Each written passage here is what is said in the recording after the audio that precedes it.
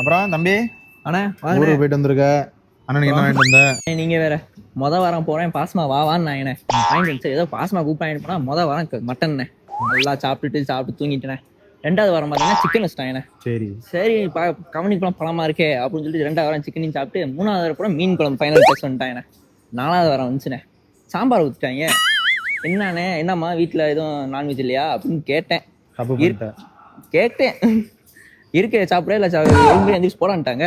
என்னதுப்பா உனக்காவது சாம்பார் வரைக்க வச்சாங்க, எனக்கெல்லாம் தோசையில ரசத்தை ஊற்றி கொடுத்தாங்க. ஏன்னு கேட்க போனா ரசம் சாப்பிட்றியா விஷம் சாப்பிட்றியான்னு கேட்டாங்க. அதாவது தம்பி உனக்கு மட்டும் நடக்குதுன்னு நினைக்காத, எல்லாருக்கும் நடக்கிறது இதுதான். வெளிநாட்டில் இருக்க வேணும் கிடையாது, ஊரில் இருக்கவனுமே 2 மாதம் சம்பளம் இல்லாமல் வீட்டில் உட்காந்தான்னா மரியாதை தேவைத்தான் செய்யும். அதுக்கு ஒன்றும் பண்ண முடியாது. ஏன்னா ஃபேமிலி சுச்சுவேஷன் அப்படி, சம்பாரிச்சுதான் ஆகணும். சம்பாதிக்காம வீட்டில் இருந்தோம்னா ஒன்றுமே பண்ண முடியாது. நீ அவனுமா தான் அம்மாட்ட திட்டு வாங்கிட்டு இருக்கேன். அந்த அறைய ஒருத்தர் நிற்கிறான் பாரு, 2 மாசத்துல ஊருக்கு போறேன் ரிசைன் பண்ணிட்டு போறேன்னு இருக்கேன்.